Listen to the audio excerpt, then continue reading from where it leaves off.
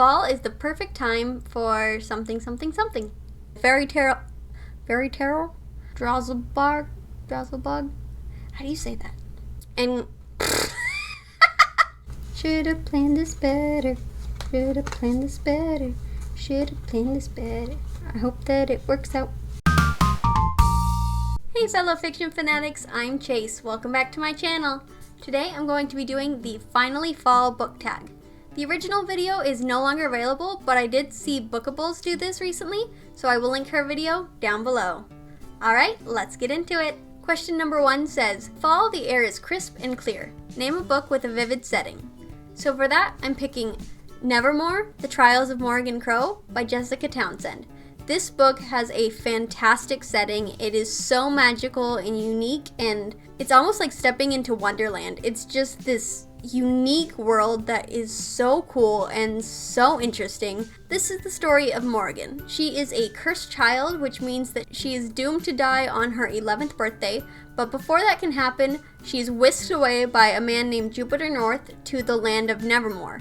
There she has to compete in several trials in order to join the Wonders Society and stay in Nevermore. I really enjoyed this first book.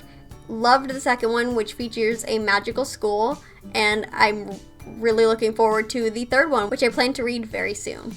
Question number 2 says, Nature is beautiful, but also dying. Name a book that is beautifully written, but also deals with heavy topics like loss or grief. So for that, I'm picking Dear Evan Hansen by Val Emmich, Stephen Levinson, Benji Pasek, and Justin Paul. This is the novel version of the musical Dear Evan Hansen. I really enjoyed this, and this definitely deals with suicide, depression, family, and grief. So definitely has some hard-hitting topics, but it's done beautifully, and I really enjoyed this adaptation of the musical, and I think they go really well together. Question number 3 says, Fall is back to school season. Name a nonfiction book that taught you something. So I don't read a ton of nonfiction, but one of the books that I do own that is nonfiction is Deaf Again by Mark Drozzelbog. I hope that's how you say his name. This was a very eye-opening and thought-provoking story. He tells his story about his life and being deaf, and although I'm not deaf myself, I can really relate to a lot of the things that happened in his life. I really enjoyed learning about deaf culture and the deaf community and about Mark himself. Although this was a book that I had to read in a college course, I really enjoyed it, and I'm glad that I was able to read this. Question number 4 says, In order to keep warm, it's good to spend time with people you love. Name a fictional family, household, or friend group that you would want to be a part of. So the first thing I thought of was the Weasleys from Harry Potter. I would love to spend the holidays with the Weasleys. They are just perfect. I want a Weasley sweater.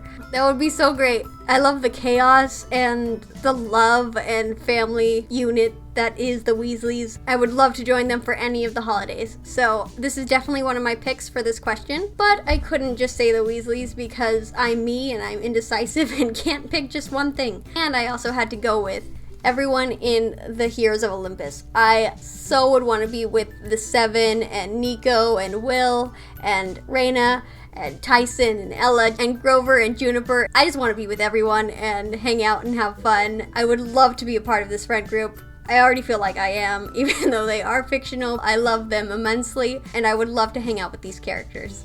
Question number 5 says, The colorful leaves are piling up. Show us a pile of books with fall-covered spines. So I may have gone a teensy bit overboard with this, but we're just gonna go for it. So, are you ready? You're not ready. Ta-da!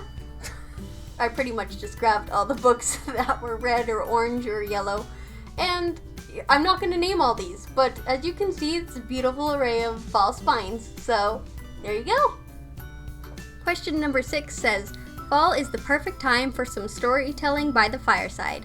Name a book where someone is telling a story. So for that, I picked The Land of Stories by Chris Colfer, specifically the 5th book, which is called An Author's Odyssey. In these books, we actually go into the fairy tale books and get to see how they really are. In this book, you actually get to go into Connor's stories that he's written himself. I really enjoyed these books. They're so fun. They just have that wonderful feel of a fairy tale that you know and love, but it's very unique and wonderful, and I love this story. I would definitely pick this up if you haven't already.